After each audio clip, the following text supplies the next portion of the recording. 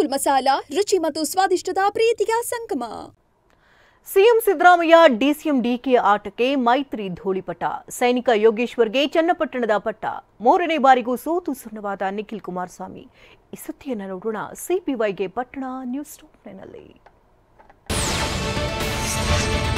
ಎರಡು ದೈತ್ಯ ಕುಟುಂಬಗಳ ನಡುವೆ ಪ್ರತಿಷ್ಠೆಯ ಫೈಟು. ಡಿಕೆ ಶಿವಕುಮಾರ್ ವರ್ಸಸ್ ಎಚ್ಡಿ ಕುಮಾರಸ್ವಾಮಿ ಅಂತಾಲೆ ನಡೆದಿದ್ದ ಚನ್ನಪಟ್ಟಣ ಅಖಾಡದಲ್ಲಿ ಡಿಕೆ ಬ್ರದರ್ಸ್ ಗೆದ್ದು ಬೀಗಿದ್ದಾರೆ. ರಾಜ್ಯದ 3 ಕ್ಷೇತ್ರಗಳಿಗೆ ಬೈ ಎಲೆಕ್ಷನ್ ನಡೆದಿತ್ತಾದರೂ ಚನ್ನಪಟ್ಟಣದ ಮೇಲೆ ಇಡೀ ರಾಜ್ಯದ ಕಣ್ಣು ನೆಟ್ಟಿತ್ತು. ಪ್ರತಿಷ್ಠೆಯ ಅಖಾಡವಾಗಿದ್ದ ಚನ್ನಪಟ್ಟಣದಲ್ಲಿ ಕಾಂಗ್ರೆಸ್ ಅಭ್ಯರ್ಥಿ ಯೋಗೇಶ್ವರ್ ಪ್ರಚಂಡ ಗೆಲುವು ಸಾಧಿಸಿದ್ರೆ ಜೆಡಿಎಸ್ನ ನಿಖಿಲ್ ಕುಮಾರಸ್ವಾಮಿ ಸೋಲು ಕಂಡಿದ್ದಾರೆ. ನಿಖಿಲ್ ಕುಮಾರಸ್ವಾಮಿ 2, 3, 4, 5, 6 ಅಂತ ಸತತ 5 ಸುತ್ತುಗಳಲ್ಲಿ ಲೀಡ್ನಲ್ಲೇ ಇದ್ರು.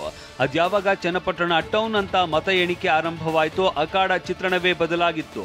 7ನೇ ಸುತ್ತಿನಲ್ಲಿ 3,000 ಮತಗಳ ಮುನ್ನಡೆ ಪಡೆದ ಯೋಗೇಶ್ವರ್ 10ನೇ ಸುತ್ತು ಮುಗಿಯುವ ಹೊತ್ತಿಗೆ 20,000 ಅಂತರದಿಂದ ಮುಂದಿದ್ರು. ಆ ಬಳಿಕ ಯೋಗೇಶ್ವರ್ ಹಿಂತಿರುಗಿ ನೋಡಲೇ ಇಲ್ಲ. ಫಲಿತಾಂಶದ ಬಗ್ಗೆ ಮಾತನಾಡಿದ ಕಾಂಗ್ರೆಸ್ ವಿಜೇತ ಅಭ್ಯರ್ಥಿ ಸಿಪಿ ಯೋಗೇಶ್ವರ್, ದೇವೇಗೌಡರನ್ನ ಜನ ತಿರಸ್ಕರಿಸಿದ್ದಾರೆ ಅಂದ್ರು. ಇದಕ್ಕೆ ನಿಖಿಲ್ ಕುಮಾರಸ್ವಾಮಿ ಯಾರನ್ನೂ ಖಾಲಿ ಮಾಡಿಸೋದಕ್ಕಾಗಲ್ಲ ಅಂತ ತಿರುಗೇಟು ನೀಡಿದ್ದಾರೆ. ದೇವೇಗೌಡರನ್ನ ಇವತ್ತು ನಮ್ಮ ಜನ ತಿರಸ್ಕಾರ ಮಾಡಿದ್ದಾರೆ. ಅವರ ಈ ಹೋರಾಟದಲ್ಲಿ ಸಾಮಾಜಿಕ ಕಳಕಳಿ ಇರಲಿಲ್ಲ, ಸ್ವಾರ್ಥ ಇತ್ತು. ಒಂದು ಚುನಾವಣೆಯ ಗೆಲುವು ಸೋಲು ಇಲ್ಲಿಂದ ಖಾಲಿ ಮಾಡಿಸಿದ್ವಿ ಅಥವಾ ವಾಪಸ್ಸು ನಾವಿಲ್ಲಿ ಪ್ರಬಲವಾಗಿ ನಮ್ಮ ರಾಜಕೀಯ ಶಕ್ತಿಯನ್ನು ಮತ್ತೆ ಬೆಳೆಸ್ಕೊಂಡ್ವಿ ಅಂತಕ್ಕಂಥದ್ದನ್ನ ತೀರ್ಮಾನ ಮಾಡಲಿಕ್ಕೆ ಆಗೋದಿಲ್ಲ. ಚನ್ನಪಟ್ಟಣದಲ್ಲಿ ನಿಖಿಲ್ ಪರ ಪ್ರಚಾರದ ವೇಳೆ ಬಿವೈ ವಿಜೇಂದ್ರ ನಿಖಿಲ್ ಅಭ್ಯರ್ಥಿ ಆಗಿದ್ದಕ್ಕೆ ಕಾಂಗ್ರೆಸ್ ಬ್ಯಾಟರಿ ವೀಕ್ ಆಗಿದೆ ಅಂತ ಹೇಳಿದ್ರು. ಇದಕ್ಕೆ ಟಾಂಗ್ ಕೊಟ್ಟ ಸಿಪಿವೈ, ನಿಮ್ಮ ಬ್ಯಾಟರಿ ಚಾರ್ಜ್ ಮಾಡಿದ್ದು ನಾನೇ ಅಂತ ತಿರುಗೇಟು ಕೊಟ್ಟಿದ್ದಾರೆ. ನಿಖಿಲ್ ಕುಮಾರಸ್ವಾಮಿ ಅವರು ನಾಮಪತ್ರ ಸಲ್ಲಿಸಿದ ಮೇಲೆ ಕೆಲವರು ಬ್ಯಾಟರಿ ಡೌನ್ ಆಗಿದೆ. ನಾನು ಹೇಳ್ತೀನಿ ಮಿಸ್ಟರ್ ವಿಜೇಂದ್ರ ಮತ್ತು ಯಡಿಯೂರಪ್ಪನವರೇ, ನಿಮ್ಮ ಬ್ಯಾಟ್ರಿ ವೀಕ್ ಆಗಿದಾಗ ಚಾರ್ಜ್ ಮಾಡಿದವ್ ನಾನು.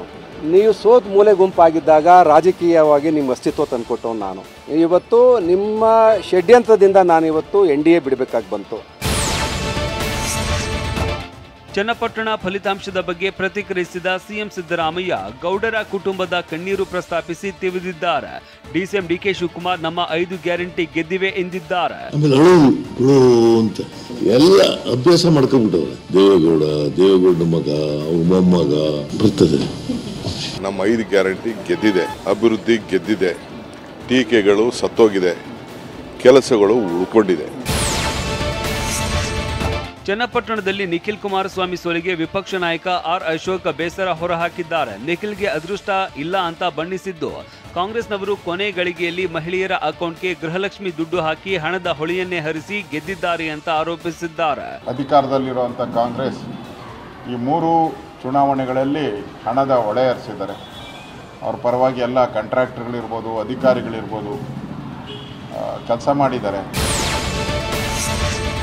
ಚನ್ನಪಟ್ಟಣದಲ್ಲಿ ದಲಿತರು, ಹಿಂದುಳಿದ ವರ್ಗ ಸೇರಿದಂತೆ ಕ್ಷೇತ್ರದಲ್ಲಿ ಅಹಿಂದ ಮತಗಳನ್ನು ಕ್ರೋಢೀಕರಿಸುವಲ್ಲಿ ಕಾಂಗ್ರೆಸ್ ಸಕ್ಸಸ್ ಆಗಿದೆ. ಅದರಲ್ಲೂ ಮುಸ್ಲಿಂ ಮತಗಳ ಸಂಪೂರ್ಣ ಬೆಂಬಲ ಕೈಪಡೆಗೆ ಸಿಕ್ಕಿದೆ.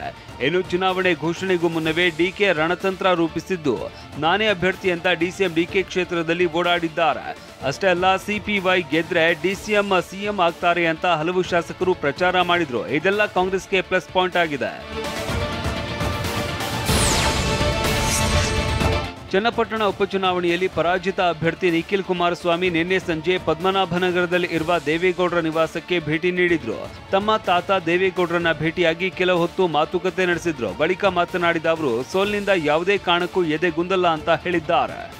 ಇವೆಲ್ಲ ಸೋಲು ಗೆಲುವು ಸಮಚಿತ್ತವಾಗಿ ತಗೊಂಡೋಗೋಣ. ಆಮೇಲೆ ಇಲ್ಲಿ ನಾನು ಸೋತೇನ್ ಮಾತ್ರಕ್ಕೆ ಮನೆಗೆ ಹೋಗಿ ಸೇರ್ಕೊಳ್ತಕ್ಕಂಥ ಪ್ರಶ್ನೆ ಇಲ್ಲ. ಒಂದು ಹೋರಾಟದ ಮನಸ್ಥಿತಿಯಲ್ಲೇ ಇವತ್ತು ನಾನು ಸಾರ್ವಜನಿಕ ಬದುಕಕ್ಕೆ ಬಂದಿರತಕ್ಕಂಥದ್ದು.